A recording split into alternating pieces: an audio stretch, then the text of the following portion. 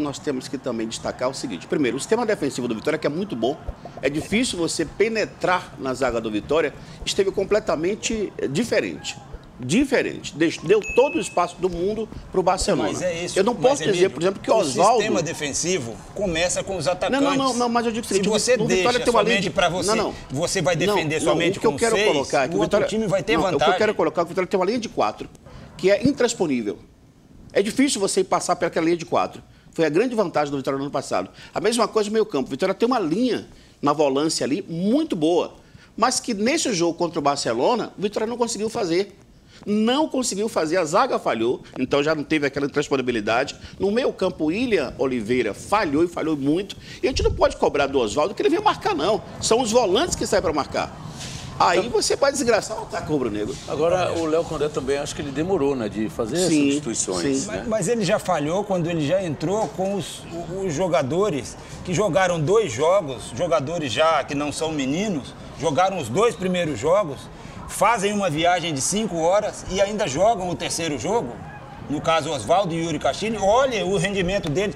Peguem o vídeo, olhem o rendimento de Oswaldo e de Castilho. Não vou falar nem de futebol, não, na parte física. Na parte física dentro do jogo. Não deram resposta. Então, você precisa entrar para jogar 100%. E se o seu ataque não ajuda o seu meio de campo a ajudar a sua defesa, você é um time vulnerável. E por isso o Barcelona ganhou do Vitória. Só queria dar um detalhezinho, é porque o Vitória vinha vencendo, venceu 2 jogos, venceu por um placar magro. Placar magro, 1-0. Então, nesse 3º jogo, ele já poderia testar algo mais. Ele tem peças dentro do jogo, dentro do time, que precisa rodar o elenco, ele vai ter que rodar o elenco. Ainda não está na hora de você dizer, nesse início de temporada, que esse vai ser o meu time. Eu acho, por exemplo... Não, deixa eu, o exemplo que eu ia dar é sobre o Bahia, mas a gente fala depois. Então, acho que nesses termos, o Léo Condé poderia já ter feito isso, essas mudanças. A gente, tudo bem, você não tem um Léo Gamalho, você tem o Caio Dantas. Caio Dantas não vem fazendo por merecer. Mas você teria que fazer algo mais, você teria que trocar, só dando exemplo nesse setor aí, mas em outros setores que você poderia ter dado algo mais para tentar buscar também esse equilíbrio que o Vitória precisa de se manter sempre com a condição de estar na frente da tabela de classificação. Porque o jogo foi difícil, foi. A falha dessa falha aí do Lucas, a gente não vai incriminar o cara. A gente não vai incriminar o cara por causa disso, porque ele também salvou o Vitória nesse jogo mesmo. Fez defesas importantes. 2 defesas exatamente. importantíssimas.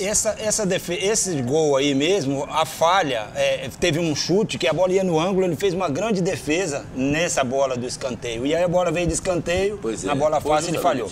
O que acontece com o Vitória, nós tivemos o prazer de fazer esse jogo lá na Metrópole, e eu dizia no primeiro tempo que o Vitória não jogou, ele foi para Ilhéus passear, ele estava passeando em Ilhéus, ainda bem que estava chovendo, não deu tempo. 2 erros. O primeiro, do treinador, que nenhum jogador está 100% ainda. Porque o Vitória voltou a treinar outro dia, certo? Então ninguém está 100%. Agora, Oswaldo, Yuri Castilho e Caio Dantas começaram os 3 jogos. Então eles jogaram 2 jogos quase completos, né? O Oswaldo já não é nenhum menino, o Yuri Castilho não é nenhum menino. E foram com mais 6 horas de viagem para Ilhéus, 5, 6 horas de viagem. Pesa. Você teria que entrar com alguém mais fresco, com alguém com mais oxigenação. Então você pesou. E aí o time do Vitória, o que aconteceu? O time do Vitória, a gente não pode... Ju falou que ficou 1 minuto com a bola e eu dizia lá no intervalo, o Barcelona ficou. Eu dizia lá no intervalo que o Vitória não atacou, o Vitória não roubou a bola do Barcelona. O Vitória ficava esperando o Barcelona errar. Como o Barcelona não errou, o Vitória foi pegar a bola no fundo da rede. Então o Vitória, nem Yuri Castilho não marcou o lateral direito passeou no jogo e aí fazia 2 contra 1 contra o Patrick Calmon e chegavam no fundo. Aqui do lado direito, o Oswaldo não marcou o lateral esquerdo fazia 2 contra 1 com o Zeca e chegavam no fundo. Então esse foi o problema do Vitória. Dudu e o William estavam correndo, mas corriam atrasados. E aí o meio de campo, o ataque não marca. Aí o meio de campo sai atrasado. Sobra para quem? Para a defesa. E aí a defesa se viu mal. Tanto que, no aspecto de jogar futebol nesse jogo, ninguém jogou bem.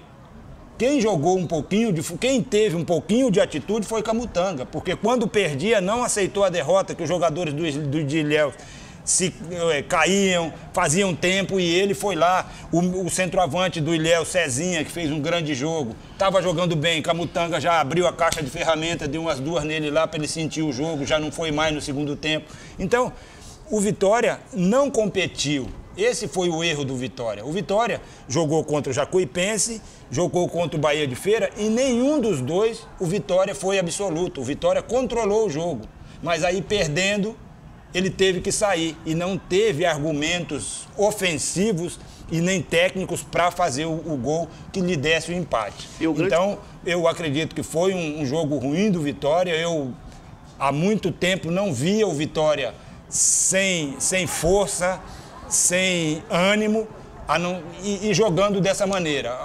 No ano passado, o último jogo que eu vi o Vitória jogar dessa maneira foi contra o CRB, quando tomou aqueles 6 gols lá em Maceió.